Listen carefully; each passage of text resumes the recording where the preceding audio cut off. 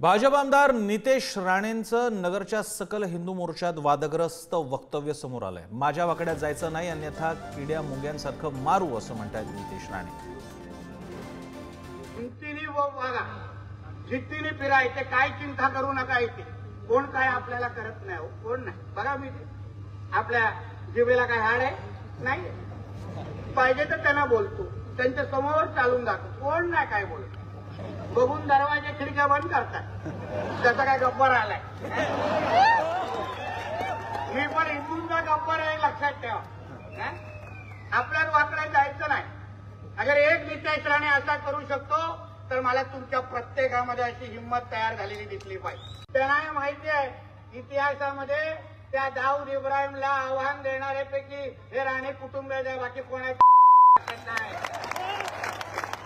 माझे वडील जेव्हा मुख्यमंत्री होते तेव्हा 63 एन्काउंटर करण्याचे आदेश देणाऱ्या मुख्यमंत्रीचा मुलगा आहे नितेश राणे, हे लक्षात घ्या। म्हणून माझ्या वाकड्यामध्ये जाऊ नका। आणि मी तुम्हालाही सांगतो, मी तुमच्यासाठी आलेलो आहे। अगर हमारे रामगिरी महाराज के तरफ समजलं पाहिजे ना, नहीं तो बोलते ये तो मराठी में बोल के गया, मेरे को कुछ समझा ही नहीं। इसलिए तेरे को जो भाषा में समझता है ना वो भाषा में धमकी देके जा रहा हूं।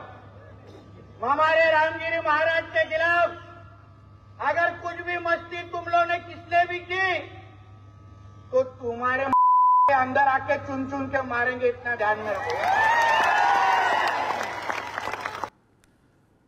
भाजप आमदार नितेश राणेंनी त्यांच्या वक्तव्यासंदर्भात आता स्पष्टीकरण दिले। पोलीस तपासात सहकार्य करणार असल्याचे त्यांनी म्हटलेलं आहे। त्यांनी घरात घुसून मारू वगैरे अशा धमक्या देणारी वक्तव्य केली होती। महाराष्ट्रामध्ये राहणारा हिंदू समाज हा कोणाला घाबरणार नाही, घाबरायची गरज नाही। आणि आम्ही सगळेजण हिंदू समाजाच्या मागे एक हिंदू म्हणून उभे आहोत। म्हणून कोणीही आमच्या हिंदू समाजाकडे वाकड्या नजरेने पाहू नये या दृष्टिकोनातून मी तो गब्बर स्टेटमेंट दिलेला होता। जी शिक्षा एफआयआरच्या प्रमाणे रामगिरी महाराजांना दिली जाईल ते सगळ्यांना मान्य असेल ना, त्यांच्या स्टेटमेंटची चौकशी केली जाईल आणि त्या चौकशीमध्ये जे काय निष्पन्न होईल त्यावर पुढची दिशा ठरवेल।